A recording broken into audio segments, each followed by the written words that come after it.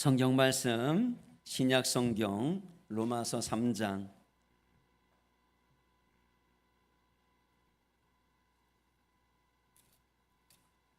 10절에서 12절까지 말씀입니다.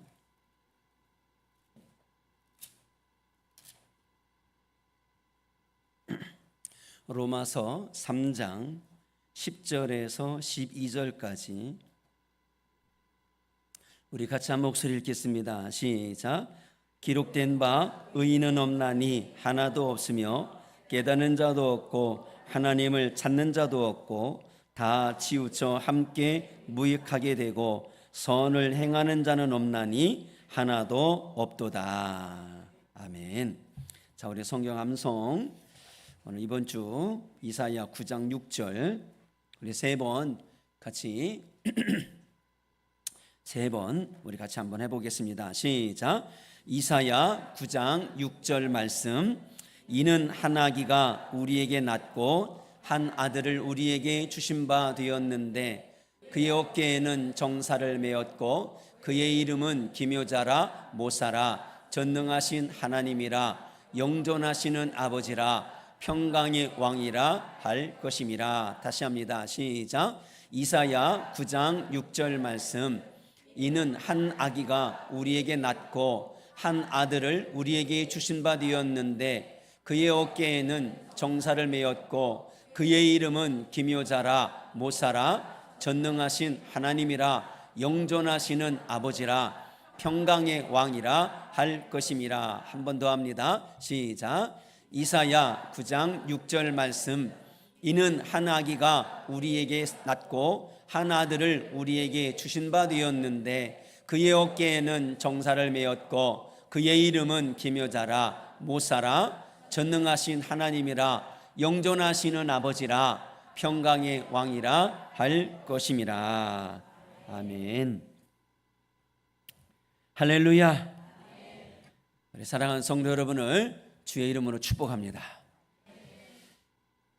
하나님의 택하심의 은혜, 세상에서도 아주 위대한 사람이, 높은 사람이 나를 알아주는 것만으로도 영광되고 그 후광이라고 하는 것은 내가 가장 힘들고 어려울 때 뭔가 내게 위로가 되고 또 삶의 돌파구를 열어줄 수도 있는 것처럼 만군의 여호와 하나님이 저와 여러분을 택해 주셨다라고 했을 때는 그 택하심의 후광은요, 우리 이 세상 사는 동안은 겪게 되는 것은 똑같을 수 있지만 그러나 반드시 그 결과는 마지막은 하늘과 땅 차이, 아니 그것은 차이라고 여겨질 수 없는 놀라운 은혜가 우리에게 임하는 줄로 믿습니다. 그 은혜를 소망하며 살아가고 그 은혜가 여러분들에게 삶의 동기부여가 될 수 있기를 주님의 이름으로 축복합니다. 오늘 말씀의 제목은 우리는 모두가 죄인입니다. 딱딱하죠? 우리는 모두가 죄인입니다. 사순절이라는 기간을 우리가 맞이하면서 하나님의 말씀에 대해서 한 번쯤은 우리가 돌아봐야 되고 또 내 자신을 확인해야 될 것이 무엇이냐면 내가 누군가, 성경이 말씀하고 있는 나라고 하는 인생이라고 하는 나는 어떤 존재인가, 이것을 그냥 지나칠 수가 없고 우리가 생각을 해봐야 한다고 생각됩니다. 그래서 딱딱하지만 오늘은 우리 모두가 죄인이라고 하는 이 하나님의 말씀에 대해서 생각을 해보고자 합니다. 어떤 사람이 꿈에 천국에 갔습니다. 그 천국에 가니까 그 큰 책이 자기 앞에 놓여져 있습니다. 천사에게 물었습니다. 이 책이 무슨 책입니까? 그러자 천사가 이 책에는 당신이 세상에서 행했던 모든 것들이 다 기록되어져 있다라는 이야기를 해줍니다. 그리고 그 책이 첫 장이 열려졌습니다. 첫 장이 열려질 때 거기에는 글씨가 왜곡하게 쓰여져 있었습니다. 그래 물었습니다. 여기 어떤 내용이 기록되어져 있습니까? 그러자 천사 말합니다. 여기는 당신이 세상에서 살아가면서 행동으로 지었던 모든 죄들이 다 기록되어져 있습니다. 행동으로 죄지었던 것들이 기록되어졌다라는 이야기를 들었습니다. 그리고 그 다음 장이 다음 페이지가 넘어갑니다. 두 번째 장에는 첫 번째 장보다 조금 더 작은 글씨로 빼곡하게 글씨가 쓰여져 있었습니다. 다시 물었습니다. 이건 무슨 내용들입니까? 그러자 천사가 말합니다. 이건 당신이 세상에서 말로 지은 죄들이 기록되어 있습니다. 말로 지은 죄가 행동으로 지은 죄보다 많다는 거죠. 그리고 그 다음 페이지가 넘어갔습니다. 여기는 두 번째 글씨보다 더 작은 글씨로 빼곡하게 채워져 있었습니다. 그래서 다시 이것이 무엇인가 물었을 때 천사가 말합니다. 이것은 당신이 세상에서 생각으로 지은 죄들이 기록되어 있습니다. 생각으로 지은 죄들이 기록되어 있습니다. 생각으로 지은 죄가 더 많았다라는 거예요. 만약 이걸 세 가지 합한다고 생각해 보세요. 죄가 얼마나 많을까? 그리고 다음 페이지가 넘어갑니다. 마지막에는 보이지 아니하는 글씨, 보이지 아니하는 글씨로 이 여백이 없을 만큼 빼곡하게 글씨가 채워져 있는 것입니다. 다시 물었습니다. 이게 무슨 내용이냐고. 그래서 천사가 말합니다. 이건 당신이 세상에 살아갔을 때 마음입니다. 마음의 죄들, 그것이 보이지 않을 만큼 가득했다라는 겁니다. 우린 행동으로 짓는 죄 부인할 수 없지만 행동으로 짓는 죄보다 말로 짓는 죄가 더 많고, 말로 지은 죄보다 우리는 생각으로 지은 죄가 더 많고, 생각으로 지은 죄보다 아예 우리의 마음은 죄투성이라는 것을 예를 들어서 이렇게 이야기하고 있는 겁니다. 성경이 예레미야 17장의 말씀에 보면 만물보다 더 거짓되고 부패한 것이 사람의 마음이다 그랬어요. 그만큼 마음이 사람의 마음 부패했다. 또 마태복음 15장의 말씀에 보면 마음에서 나오는 것은 악한 생각과 살인과 간음과 음란과 도둑질과 거짓 증거와 비방이라. 이 사람의 마음이, 즉 사람이라고 하는 본질 자체가, 인간의 본질이 부패한 이 죄의 투성이라는 것을 말씀해 줍니다. 우리가 신앙생활하면서 교회에서 많이 들었던 이야기, 근데 요즘에는 점점 그런 이야기가 사라지고 있는 것은요, 사실 부인할 수는 없어요. 그럼 우리 신앙생활을 많이 듣게 되는 말이 무엇이냐면 우리는 죄인입니다. 즉 나는 죄인입니다. 인간은 죄인입니다 라고 하는 말을 많이 듣게 됩니다. 이 말은 성경의 흐름이 뭘 말하느냐? 성경의 흐름은 죄인을 구원하신 하나님의 사랑과 은혜. 그리고 성경은 뭐에 대한 이야기냐? 하나님의 은혜에 대한 이야기라 하면 반대로 말하면 사람의 죄악에 대한 이야기란 얘기예요. 성경은 우리의 인생을 이 죄에 대해서 다루고 있다는 것입니다. 인류는 죄를 안고 있는 죄인이다 라고 볼 수 있습니다. 그럼 인류의 문제가 무엇일까? 인류의 문제는 환경의 문제도 아니에요. 이념의 문제도 아니에요. 교육의 문제도 아니에요. 죄인이 있는 곳에는요, 뭐가 문제냐? 죄가 문제예요.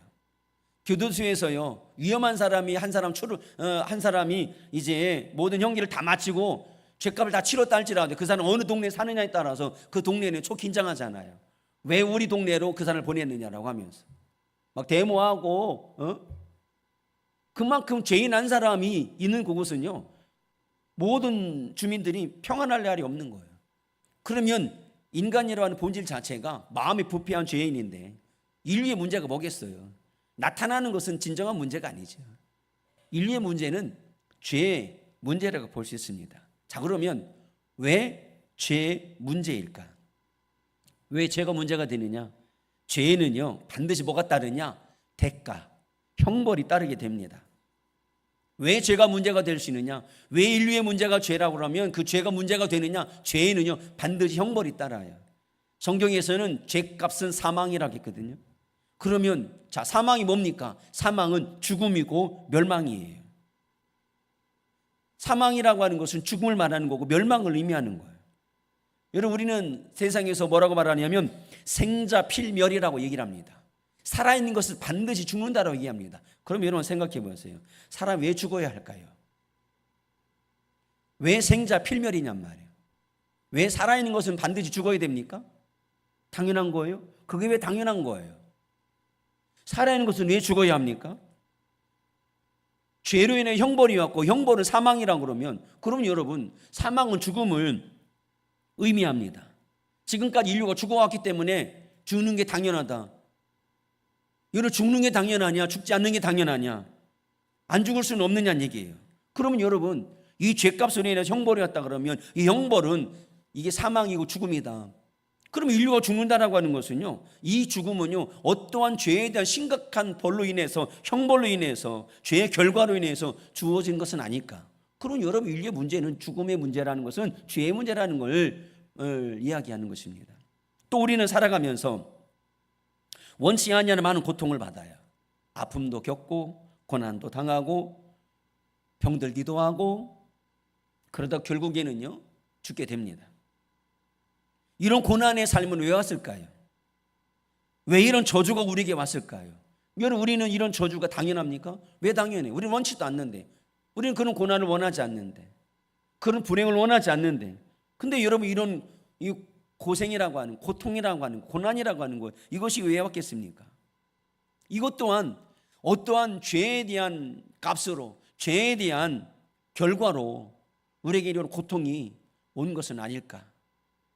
우리는 뭔가 불행한 일이 닥치면은요, 우리는 반사적으로 우리의 모습을 돌아봐요. 내가 뭐 잘못한 게 아닐까? 권선징악이라고 그랬죠.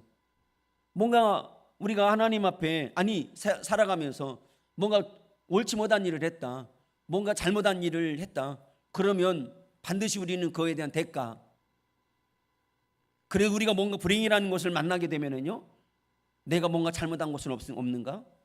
왜냐하면 죄에 대한 대가는 반드시 형벌이 따르고 고통이 따르고 고난이 따르고 재앙이 따른다라는 것을 우리는 반사적으로 알고 있기 때문에 그런 것은 아닌가 하는 것입니다. 또한 지옥이라고 하는 세계는 왜 존재할까? 지옥. 여러분 지옥을 우리는 일명 지하 감옥이라고 얘기합니다. 저 무적행, 지하 감옥. 여러분 감옥은 의인이 갑니까? 죄인이 갑니까? 죄인이 왜 갑니까? 죄를 지었으니까 대가로 가는 거예요. 지옥이라는 것은 왜 존재할까? 지옥이라는 것은 왜 만들어졌을까? 우연히 만들어졌을까요? 그 우연히 만들어졌는데 왜 거기에다가 죄인이 들어가겠습니까? 왜 지하 감옥에 그런 죄인들을 가두겠냔 말이에요. 가기 싫은데 왜 가야 합니까? 이것 또한 지옥이라고 하는 것은 왜 만들어졌을까요? 그것 또한 어떤 중범죄인, 도저히 씻을 수 없는 죄인을 영원히 가두기 위한 형벌로 만들어진 것은 아닐까 하는 것입니다. 어떤 것이 가능성이 더 크겠습니까? 우연의 가능성이 크겠습니까? 아니면 죄인으로 인한 형벌에 대한 대가로 이 땅에 사망이 왔고 고통이 왔고 또 지하 감옥과 같은 그런 지옥이라고 하는 것이 만들어진 것은 아닐까 하는 거예요. 그래서 성경은 인류를 정의하기를 죄인이라, 성경은 인류를 죄인이라고 정의하고 있습니다. 오늘 본문에서 말씀합니다. 의인 없나니 하나도 없다. 의인이 없다라는 죄인이라는 거예요. 의인은 없나니 하나도 없으며 선을 행하는 자가 하나도 없도다. 일명 죄인이라는 이야기입니다. 자, 시편 14편 2절 3절 말씀 다 같이 읽어봅니다. 시작. 여호와께서 하늘에서 인생을 굽어 살피사 지각이 있어 하나님을 찾는 자가 있는가 보려 하신즉 다 치우쳐 함께 더러운 자가 되고 선을 행하는 자가 없으니 하나도 없도다. 선을 행하는 자가 없다. 그냥 오직 악을 행하는 죄인들이다 하는 것을 말씀합니다. 여러분 죄인입니까? 다른 말하면 여러분 죄수입니까? 우린 이 말에 반감이 있거든요. 내가 뭔가 죄를 지었어야지. 죄를 안 지었는데 왜 나중에 많은 사람은 지옥에 갈까요? 그러니까 인류는 근본적으로 본질적으로 가지고 있는 것이 이 죄의 문제라는 것입니다. 우리가 왜 죄인인가라고 하는 것을 알아야 됩니다. 그걸 성경적인 관점으로, 성경은 우리를 왜 죄인이라고 말씀하고 있고 그럼 이 죄에 대해서 어떻게 해결해야 되는가라는 부분을 오늘 우리가 사순절을 통해서 생각해 보고자 합니다. 첫 번째로 사람이 왜 죄인이 되었는가, 죄의 본질에 대해서. 사람은 왜 죄인이 되었는가, 왜 죄인이라고 말하는가. 나는 죄형은 상관없는 줄 아는데, 그런 여러분 아까 서론에 말씀드린 것처럼 행동으로는 죄가 안 지었어도요, 여러분 말로 죄 안 졌어요? 오늘만이라도, 오늘 이 아침만이라도 생각으로 죄를 안 지었어요? 그럼 여러분, 우리는 죄가 없다라고 말할 수 없단 말이에요. 단지 드러나지 않는 것뿐이지.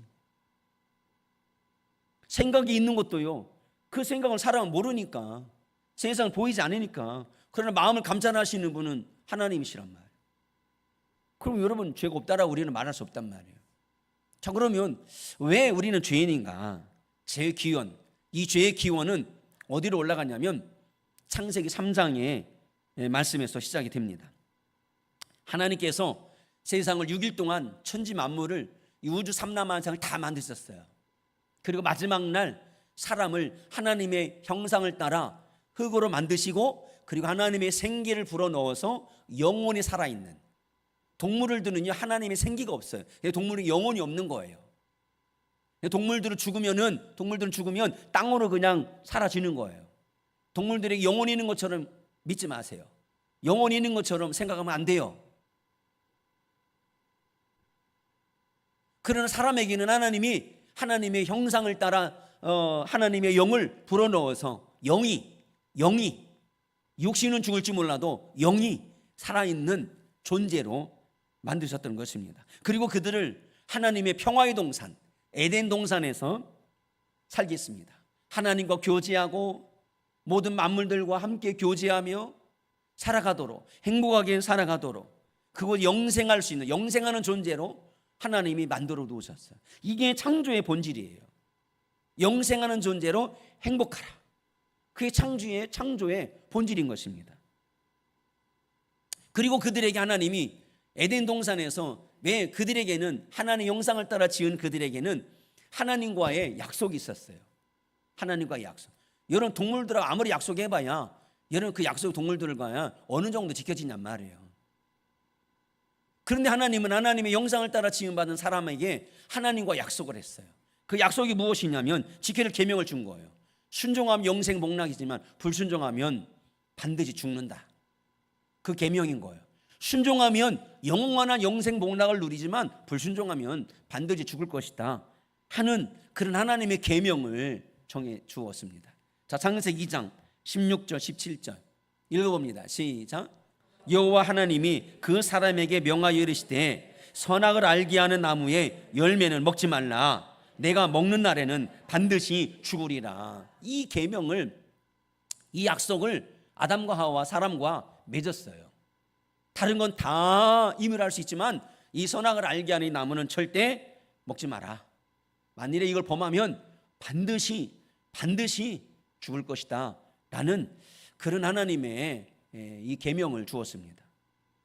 이렇게 살다가 어느 날 사단은 타락한 전사를 우리가 의미한다라고 말합니다. 이 사단이 뱀을 이용해서 아담과 하와를 유혹한 거예요. 그래서 하나님의 명령을 어기고 하나님이 먹지 말라라고 하는 선악과를 따먹도록 계속해서 유혹해서 하나님의 말씀을 어기고 하나님의 말씀을 불순종하고 그 선악과를 따먹게 된 거예요. 먼저 하와가 따먹고 그리고 아담에게도 주어서 먹게 한 거예요. 자, 창세기 3장 6절 말씀 읽어봅니다. 시작. 여자가 그 열매를 따먹고 자기와 함께 있는 남편에게도 주매 그도 먹은지라. 여러분, 이렇게 하나님의 말씀에 불순종하고 하나님의 말씀을 거역하는 것에서부터 인류의 죄는 시작이 된 거예요. 죄의 기원은 거기에 있어요. 하나님의 말씀을 불순종하고 하나님의 말씀을 거역한 것, 죄의 시작은 거기에서부터 시작된 거예요. 죄라고 하는 히브리의 원어는 관역에서 벗어나다라는 뜻이에요. 관역에서 벗어났다. 관역에서 벗어났다는 얘기는 화살을 쏘았을 때 그 화살이 정확하게 관역에 가서 딱 맞아야 되는데, 그런데 화살을 쏜 것이 관역에서 벗어나서 엉뚱한 것으로, 그러니까 잘못됐다라는 거죠. 관역에서 벗어난 것, 그걸 죄라고 성경은 정의하고 있는 겁니다. 그래서 죄는 사람이 하나님의 말씀에서 벗어난 것, 뭐에서 벗어난 것? 죄라고 하는 건 다른 게 아니에요. 하나님의 말씀에서 벗어난 것, 그것이 죄의 뿌리가 된다라는 겁니다. 그러니까 죄의 뿌리는 다른 것이 아니에요. 죄의 가장 모태가 되는 게 뭐냐? 불순종이에요. 죄의 뿌리가 되는 게 뭐냐? 하나님의 말씀을 거역하는 거예요. 자, 사무엘상 15장 23절. 죄를 이렇게 정의합니다. 읽어봅니다. 시작. 이는 거역하는 것은 점치는 죄와 같고 완고한 것은 사신 우상에 절하는 죄와 같음이라. 아멘. 자, 거역하는 것, 하나님을 거역하는 것, 하나님의 말씀을 거역하는 것은 죄와 같고 그건 점치는 죄처럼 죄와 같다라는 거예요. 점치는 죄가 근본이 아니라 거역하는 것, 여기에서 다른 죄들이 나온 거예요. 불순종에서 다른 죄들이 나온 거예요. 하나님의 말씀을 거역하는 거에 대해서, 거역하는 죄에 대해서 다른 죄악들이 나오게 되는 것입니다. 자, 요한복음 16장 9절 읽어보겠습니다. 시작. 죄에 대하여라 함은 그들이 나를 믿지 아니하며. 자, 죄가 뭐냐? 믿지 않는 거예요. 관역에서 벗어난 거예요. 하나님의 말씀에서 벗어난 게 죄예요. 그러니 첫 출발에서 끝에 가서 벗어난 게 아니라 여러분 이미 첫 출발에서부터 뿌리에서부터 불순종과 하나님 말씀을 거역하는 것이 빗나갔어요. 그러니 최종의 목적지는요, 하나님의 뜻과 전혀 다른 곳에 가서 꽂히는 거예요. 이 땅의 모든 죄악들은요, 열매 들리는 것 뿐이에요. 이 모든 죄의 죄의 뿌리는 불순종이고 하나님 말씀을 거역하는 것이다 라고 말씀합니다. 그래서 요한계시 21장에 보면 어떤 사람들이 지옥에 그 불과 유황못 던져지느냐? 믿지 아니하는 자들. 그게 가장 죄의 뿌리니까. 믿지 아니하는 자들이 불과 유황으로 타는 불못의 그 지옥불에 던져진다라고 성경을 말씀합니다. 결국 죄는 하나님을 관역으로 삼고 살아야 될 인간이 하나님의 관역에서 벗어난 것, 그게 죄예요. 하나님 말씀을 지키며 살아야 될 인간이 하나님 말씀을 거역에 떠나고 불순종하며 사는 것, 그게 죄예요. 결국 하나님 말씀에 불순종하는 것이 죄고 불순종한 사람이 죄인이 되는 겁니다. 그러면 아담과 하와가 그렇게 했는데 왜 나에게 그런 죄가 우리에게 왔느냐? 아담과 하와는 일명 말한다 그러면 죄를 지어서 죄인이 된 거예요. 죄를 지어서 죄인이 된 거고 그 죄인의 자손들 영적으로 죄인이 된 거예요. 아담과 하와는 죄를 지어서 죄인이 됐고 우리는 죄인 된 상태에서 죄를 짓는 것뿐인 거예요. 뿌리는 다 아담과 하와의 죄의 뿌리를 가지고서 그 죄의 영향과 유전을 가지고서 우리는 이 땅에 살고 있는 겁니다. 이걸 성경은 뭐라고 정의하느냐? 로마서 5장 12절 읽어봅니다. 시작. 그러므로 한 사람으로 말미암아 죄가 세상에 들어오고 죄로 말미암아 사망이 들어왔나니 이와 같이 모든 사람이 죄를 지었으므로 사망이 모든 사람에게 이르렀느니라. 아담과 하와로 이 죄가 시작이 되어졌고 시작되어진 죄는 우리 모든 인류에게 세상에 들어왔고 이 죄로 말미암아 그 형벌로 사망이라고 하는 것이 주어지게 됐다라고 성경이 말씀합니다. 또 로마서 5장 19절 말씀 읽어봅니다. 시작. 한 사람이 순종하지 아니함으로 많은 사람이 죄인 된 것 같이. 한 사람이 순종하지 않아서. 그러니까 여러분 죄 중에 가장 큰 죄가 뭐냐? 불순종이에요. 죄 중에 가장 큰 죄가 뭐냐? 하나님의 말씀을 거역하는 거예요. 흉악한 죄인이 다른 게 아니에요. 그건 나타나는 죄예요. 살인죄는 나타나는 죄예요. 가장 큰 죄는 하나님의 말씀에 불순종하고 하나님의 말씀을 거역하는 것입니다. 아담이 하나님의 명령을 어기고 범죄한 결과 그에 태어난 모든 인간은 다 죄인이 된 것입니다. 이 부분에서 인류 가운데 과연 죄를 범하지 아니하는 사람이 누가 있냔 말이에요. 죄인이 아니라고 할 사람이 누가 있냔 말이에요. 마음으로 죄짓지 아니하는 사람이 누가 있냔 말이에요. 저는 지금까지 살아오면서 마음으로 죄짓지 아니하는 사람이 누가 있냔 말이에요. 행동으로는 죄를 안 지을 수도 있죠. 그것 또한 확인되지 않는 거니까 조사하면 다 나오는데 알 길이 없지요. 그러나 말로 인해서 여러분 말로 인해서 남을 욕하거나 비방하거나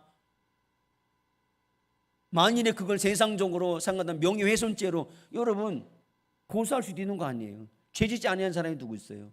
죄인이 아니라고 할 사람이 누가 있냔 말이에요. 그럼 왜 죄인이냐? 아담과 하와로부터 시작되어진 이 죄의 뿌리가 오늘날 우리 모두에게까지 임한 것이다. 그래서 죄의 기원은 이렇게 처음에 아담과 하와로부터 하나님 말씀 불순종하고 거역함으로 나타난 이런 죄의 모습이다라는 것이고, 자, 두 번째로 그러면 죄의 결과는 무엇인가 하는 거예요. 왜 죄가 시작이 되어졌는가? 왜 우리가 죄인인가라고 하는 것은 성경 창세기의 말씀에서 죄라고 하는 것을 정의하고 있기 때문에 우리 모든 죄인이에요. 그러면 이 죄에 대한 결과가 무엇인가? 죄에 대한 결과는요, 세상적으로 그렇죠, 무서운 거거든요. 여러분, 죄의 결과는 무서운 거예요.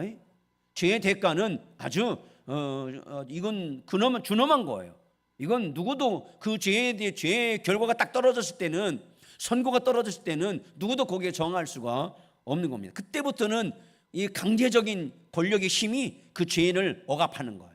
그만큼 죄라고 하는 것은 무서운 거예요. 이미 하나님은 죄에 대한 결과를 단언했어요.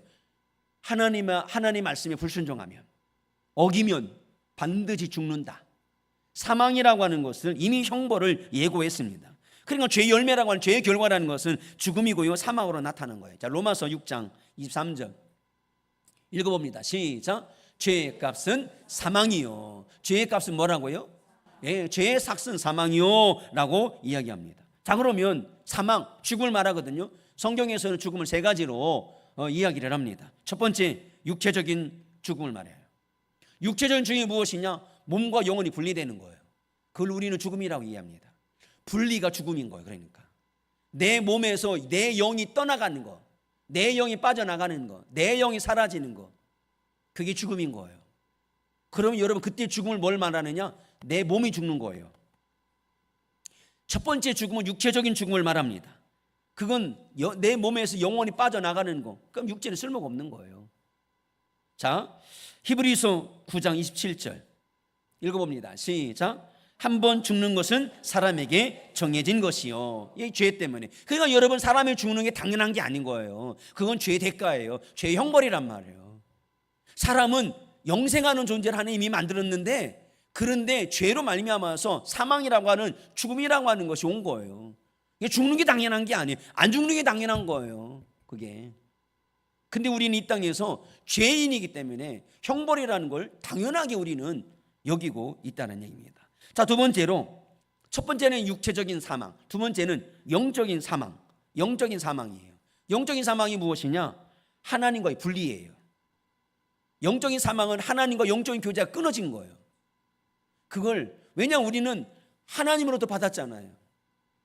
하나님으로부터 하나님의 생명의 기운을 받았단 말이에요. 그럼 하나님과 교제하면서 하나님과 함께하고 하나님과 하나가 되는 이런 생명을 얻은 거란 말이에요. 그런데 죄로 말미암아서 하나님과 끊어진 거예요. 하나님과 분리된 거예요. 그게 영적인 죽음을 의미하고 있는 겁니다. 자, 이사야 59장 2절 읽어봅니다. 시작. 오직 너희 죄악이 너희와 너희 하나님 사이를 내었고 너희 죄가 그 얼굴을 가리워서 너희를 듣지 않으시게 함이니. 가리웠다라는 거예요. 막았다라는 거죠. 그리고 듣지 않았다는 얘기는 돌아섰다라는 거예요. 죄가, 그만큼 이 죄라고 하는 것이 하나님과 우리 사이 하나인데 이걸 막아 놓은 것이고, 그리고 아무리 땅에서 우리가 고통스럽게 부르짖고 뭐해도 죄인에게 있어서는 더 이상 하나님이 들을 수 없는 벌이, 벽이 있게 된 것이다 라고 성경을 말씀해 주고 있습니다. 이게 하나님과 영적인 교제가 끊어진 영적인 사망. 그러니까 지금 세상에 수많은 사람들은요, 지금 어떤 상태에 있느냐? 영적인 사망에 있는 거예요. 영적인 사망에. 그리고 이제 육체적인 사망을 기다리고 있는 거예요. 자, 그러면 육체적인 사망 있죠? 영적인 사망, 하나님과 끊어졌죠? 그런데 영은 완전히 죽는 게 아니란 말이에요. 그러면 세 번째 이 사망이 있는 거예요. 세 번째 사망이 무엇이냐? 자, 둘째 사망으로 인해서, 영적인 사망으로 인해서 하나님과 분리됐잖아요. 그 하나님과 분리된 상태에서 이제는 영원한 지옥불에 들어가는 거예요. 하나님과 분리된 상태에서 이제는 영원한 지옥불에 들어가서 영생하면서 고통스럽게 죄 형벌을 당하는 거예요. 여러분, 이 땅에서 죄를 범했을 때 최고의 형기가 뭐예요? 사형 말고 무기징역이죠. 무기징역은 뭐예요? 죽을 때까지 어디에 사는 거예요? 감옥에 사는 거예요. 자유가 있어요, 없어요? 없지요. 최고 형량이에요. 여러 지옥은 무엇이냐? 마찬가지예요. 영원한 무기징역인 거예요. 영적으로. 그러면 이런 죄에 대한 이 원인이 무엇이었느냐? 다른 게 아니에요. 다른 죄들은 열거할 필요가 없어요. 가장 뿌리를 딱 들어보니까 불순종과 하나님을 거역하는 죄가 있고, 그러니 거기에 나타나는 죄에 대한 열매들은요 얼마나 많겠어요. 그것 때문에 지옥에 가는 것입니다. 자, 요한계시록 20장 10절 읽어봅니다. 시작. 또 그들을 불과 유황못에 던져지니 거기는 그 짐승과 거짓 선지자도 있어 세세토록 밤낮 괴로움을 받으리라. 그들은 믿지 아니하는 자를 말하는 거예요. 믿지 아니하는, 하나님의 말씀을 불순종하고 하나님의 말씀을 거역하는 자들, 그들이 불과 유황못 던져져서 세세토록, 이건 영원토록이에요. 영원은요 시간이 없어요. 그냥 무한대예요. 영원히. 우리가 이 100년 남짓한 인생을 살면서도요, 희노애락이 교차하는 가운데 속에서도 그 잠깐의 고난도요, 죽겠다 못 살겠다 이러는데, 여러분 밤낮 괴로움을 영원히 받는다고 생각해 보세요. 그런 죄에 대한 형벌에 이 불신앙이라고 하는 것, 불순종이라고 하는 이 죄가 얼마나 크기에 이렇게 세세토록 괴로움을 받을 수 있는 그런 죄가 될까? 우리는 지금 이 땅에서는요, 그런 하나님과의 관계에서 나타나는 죄에 대해서는 현실감이 없어요. 불순종이 그렇게 큰 죄일까? 하나님의 말씀을 거역하는 큰 죄일까? 나타나는 죄들에 대해서만 우리는 크게 여기죠.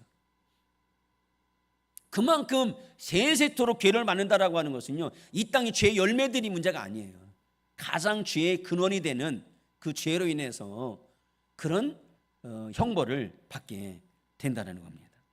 이것이 죄의 결과로 나타나는 하나의 우리 사람에게 있는 본질적인 하나의 형벌이라고 본다 그러면, 또 다시 하나님의 말씀을 불순종하고 또 불신했던 죄에 대한 이런 이 땅에서 겪게 되는 그 형벌이 무엇이냐? 고통이에요. 이미 창세기에서 그 죄로 인해서 아담과 하와에게 하나님 이미 저주에 대한 이 땅에서의 고난이 뭐고 고통이 무엇인가라는 것을 말씀을 해 주셨습니다. 자, 창세기 3장 17절 읽어봅니다. 시작. 아담에게 이르시되 내가 내게 먹지 말라 한 나무의 열매를 먹었은즉 땅은 너로 말미암아 저주를 받고. 저주가 이 땅에서 끊임없이 사람이 사는 이 땅에서 일어나게 되는 거예요. 행복한 에덴 동산에 쫓겨났죠. 행복한 곳에 이룰 수 없는 거예요. 불행한 저주가 있는 땅으로 쫓겨났죠. 그리고 수고해야 되고 땀을 흘려야 되고 또 해산의 고통을 겪어야 되고 질병과 여러 가지 고난을 당할 수밖에 없고, 내가 아무리 노력해 땅은 나에게 가시와 엉겅퀴를 내게 돼 있고, 사단은 나를 종 삼아서 나를 억압하고, 사단은 나를 종 삼아서 계속해서 나를 향하여서 고통을 주고 고난을 주고, 그리고 수치스러움과 두려움과 이런 나날들을 살다가 결국에 가서는 죽음이라는 고통에 이르게 된다 하는 것입니다. 성경 몇 구절을 보면 이런 인생의 삶에 대해 있어서 성경은 단적으로 표현할 때 뭐라고 말하냐면 슬픔의 세월이다 라고 얘기합니다. 자, 잠언 14장 12절 읽어봅니다. 시작. 어떤 길은 사람이 보기에 바르나 필경은 사망의 길이니라. 사망의 길. 사망은요 자연적으로 온 게 아니에요. 결과로 온 거예요. 죄에 대한 결과예요. 자, 그 다음에 전도서 2장 23절 읽어봅니다. 시작. 일평생에 근심하며 수고하는 것이 슬픔뿐이라 그의 마음이 밤에도 쉬지 못하나니. 일평생에 근심하고 수고하고 이런 모든 것들이 슬픔이라는 거예요. 이런 다른 많은 성경의 말씀에서 인생이 무엇이냐? 그냥 고통의 세월, 슬픔의 세월이다라고 정의하고 있습니다. 또 로마서 3장 16절 읽어봅니다. 시작. 파멸과 고생이 그 길에 있어. 이 길이라는 건 인생의 길을 말하는 거예요. 파멸과 고생, 그것이 인생이다 라고 성경을 말씀합니다. 그래서 우리가 불행하게 사는 것은요, 이건 죄의 결과로 인한 형벌, 이 죄에 대한 결과가 이 땅에서도 있지만 우리 이 세상을 육신이 또한 영과 분리되어지는 그 죽음 그 순간에서도 마찬가지예요. 영원한 형벌이 또한 기다리고 있다라는 거예요. 여러분, 이 땅에서도 고생이고요, 죽어서도 고생이고요, 이렇게 하나님의 말씀을 불순종하고 하나님의 말씀을 거역하는 거 여러분 가볍게 여기면 안 되는 거예요. 여러분들이 복음을 전하고 여러분들이 말씀을 전하는 가족들도 마찬가지인 거예요. 하나님의 말씀을 거역하는 거 여러분 부모에게 다른 죄가 아니에요. 그 죄가 이 땅에서도 마찬가지예요. 영원한 세계에서도요, 씻을 수 없고 돌이킬 수 없는 가장 근원적인 죄가 될 수 있다는 거 여러분들이 아시고요, 그걸 중요하게 여기시고 가족들을 전도하셔야 되고, 여러분 우리는 복음을 전하는 그런 사명이 있는 줄로 믿습니다. 마지막 세 번째로 이 죄를 해결할 방법이 무엇인가 하는 거예요. 자, 우리가 왜 죄인 되었는가? 원인이 있죠. 그러면 이 죄에 대한 결과가 무엇인가? 그것 또한 우리가 알게 됐어요. 그러면 세 번째로 죄를 해결하는 방법이 뭐냐는 거예요. 해결할 방법. 만일에 여러분 사람이 이 죄를 해결할 길이 없다 그러면요, 인류는 그걸 끝입니다. 그 순간 이런 형벌은요 아예 그 자리에서 일어났어야 되는 거예요. 다 기회가 없는 거예요. 그냥 끝인 거예요. 하지만 하나님은 죄인 되어 저주받고 사망에 잡힌 인류를 위해서요 길을 주셨어요. 방법을 주셨다 이 말입니다. 그래서 우리는 그 방법이 은혜라는 거예요. 그래 그 방법이 복음이라는 것이고요, 그래서 우리는 하나님을 좋으신 하나님, 사랑의 하나님이라고 이야기하는 겁니다. 자, 그러면 죄를 해결하기 위한 방법이 무엇인가 하는 것입니다. 이것 또한 창세기 3장의 말씀에 나옵니다. 창세기 3장에 죄를 지은 사람이 그 죄를 가리기 위해서, 즉 해결하기 위해서 나뭇잎을 엮어서 치마를 엮었어요. 그런데 다시 그것이 햇볕이 나옴으로 해서 말라버리는 거예요. 그런 거 죄가 그냥 드러나는 거예요. 수치스러움. 이게 그대로 드러나게 됐던 겁니다. 이건 뭘 말하냐면 아무 우리가 노력해도 죄를 가릴 수 없다, 죄를 해결할 수 없다 하는 것을 예를 들어서 설명을 해 주었던 겁니다. 그때 하나님이 그 죄를 들춰지지 아니하도록 가릴 수 있도록 하신 방법이 무엇이냐면 짐승을 죽여서 짐승의 가죽으로 가려준 거예요.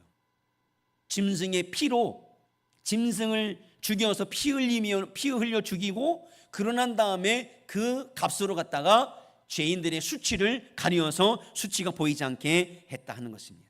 창세기 3장 21절 읽어봅니다. 시작.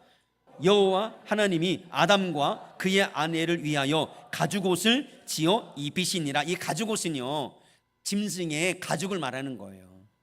그러니 여러분 이 짐승은 죄와 아무런 상관이 없잖아요. 아무런 상관이 없잖아요. 그런데 사람의 죄를 가리기 위해서 이 짐승이 대신 죽은 거예요. 피 흘린 거예요. 그래 사람의 죄를 가리게 한 거예요. 그러니 여러분 짐승의 입장에서 보면요 얼마나 하나님 앞에 억울하겠습니까? 얼마나 하나님 앞에 호소하겠습니까? 하나님 왜 나를 저 죄인을 위해서 죽입니까? 그러니 여러분 이 피의 대가가, 이 피의 소리가 하늘에 사무치는 거예요. 예수님의 죄 없는 예수님이 십자가에 죽으셔서 그 피의 호소가 하늘에 사무치는 거예요. 그러니 여러분 나중에 하나님의 심판대 앞에서는요 이 피의 보복, 피의 이 소리가 결국에는 이 죄의 모든 것들이 갚아지는 거예요. 그런 의미로 생각해 볼 수 있는 것입니다. 여러분 이때부터 창세기 3장 이때부터 죄인의 죄를 해결하기 위해서 죄인 대신 짐승을 죽여서 피를 흘려서 그 죄값을 대신하는 그런 행위들이 이루어지게 했던 거예요. 그래서 창세기 4장에 가서 보면 아담과 하와의 자녀였던 가인과 아벨이 양을 잡아가지고서 그 양의 피를 흘려서 하나님 앞에 제사 지냄으로 하나님 그걸 열납하시고 하나님 그 모든 죄 허물을 가리워지도록 그런 은혜를 주신 거예요. 창세기 8장에 가서 보면 노아도 홍수 이후에 하나님 앞에 짐승을 제물로 삼아서 구원하신 은혜에 죄인과 함께 멸하지 아니했던 이런 은혜에 대해서 짐승의 피를 흘려서 하나님 앞에 제사 지내는 그런 행위들이 일어나게 됐던 것입니다. 이런 피 흘림으로 죄인의 죄가 대속되어진다라는 언약이 정립이 된 거예요. 그 사건이 뭐냐? 출애굽의 유월절 사건이 된 겁니다. 출애굽의 유월절 사건으로 인해서 이후에 하나님은 모세를 통해서 이 대속의 원리의 제도를 정비한 거예요.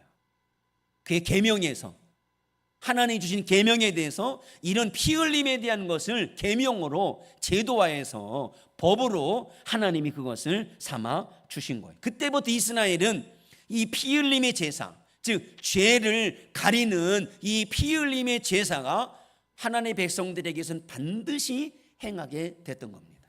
레위기 17장 11절 다 같이 읽어봅니다. 시작. 내가 이 피를 너에게 주어 제단에 뿌려 너희의 생명을 위하여 속죄하게 하였나니 생명이 피에 있으므로 피가 죄를 속하느니라. 실제로는요, 죄인이 그 죄를 안고 그 죄값으로 죽어야 돼요.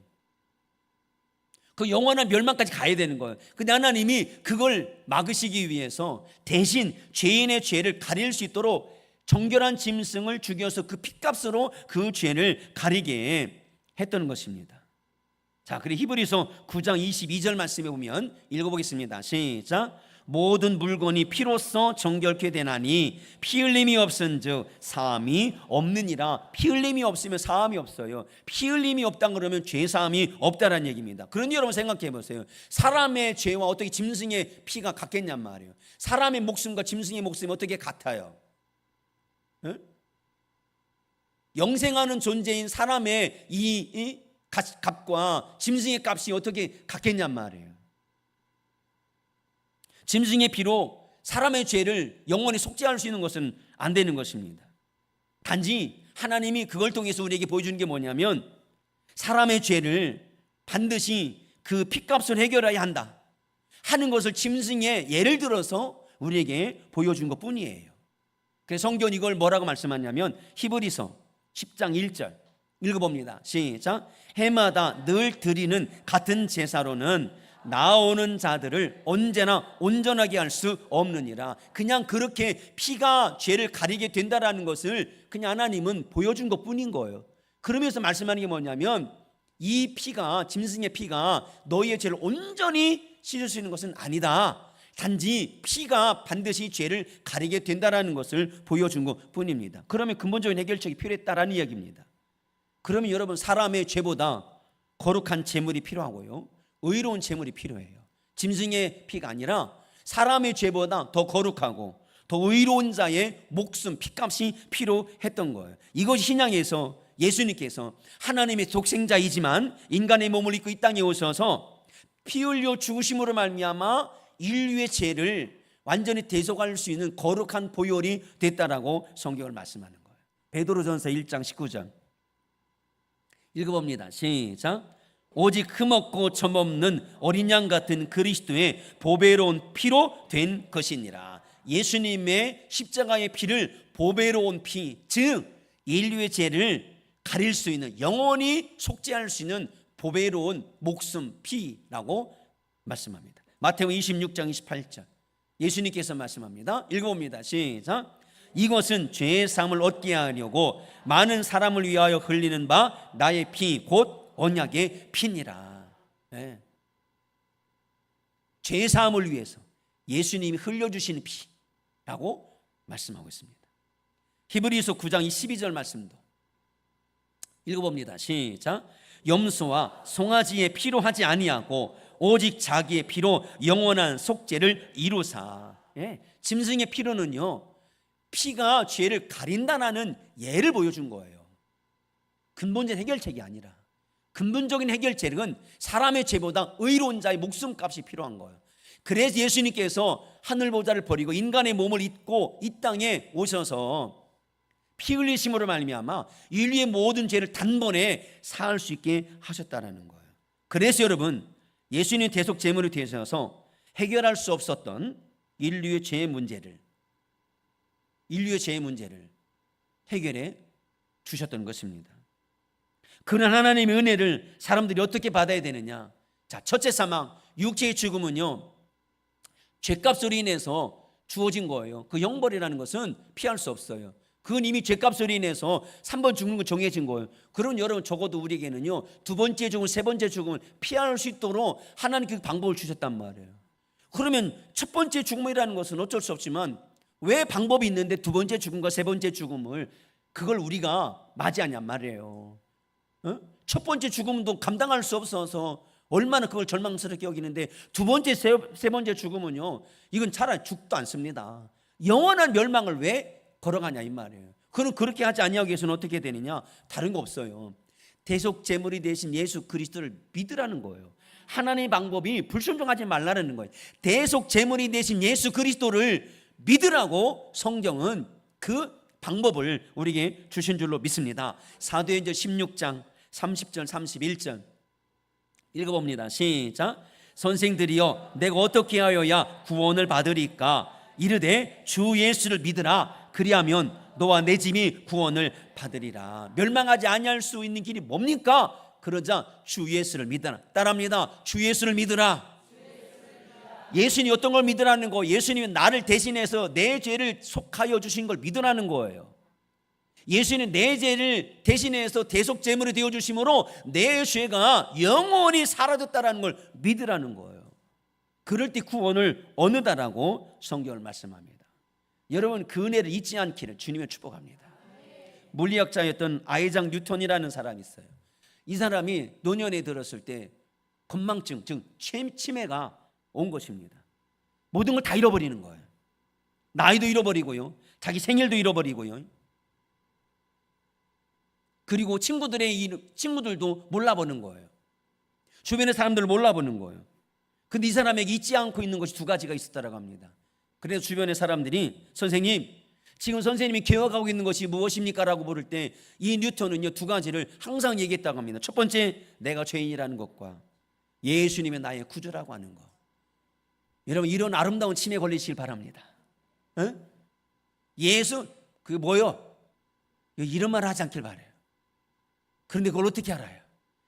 근데 이 뉴턴은요 다른 건 다 잊어버려도요 내가 죄인인 것, 그리고 예수의 나의 구주가 되는 것, 이것만큼은 잊어버리지 않았다라고 얘기합니다. 사랑하는 여러분, 결론적으로 말씀을 드립니다. 우리는 죄인이에요. 그러나 하나님은 그 죄의 대가를 지불하기 위해서 독생자 예수님을 대속 제물로 이 땅에 보내주신 줄로 믿습니다. 그리고 십자가에서 피 흘리심으로 그 죄값을 완전히 도말하시고 사하여 주시고 영원히 그 죄를 씻어 주신 줄로 믿습니다.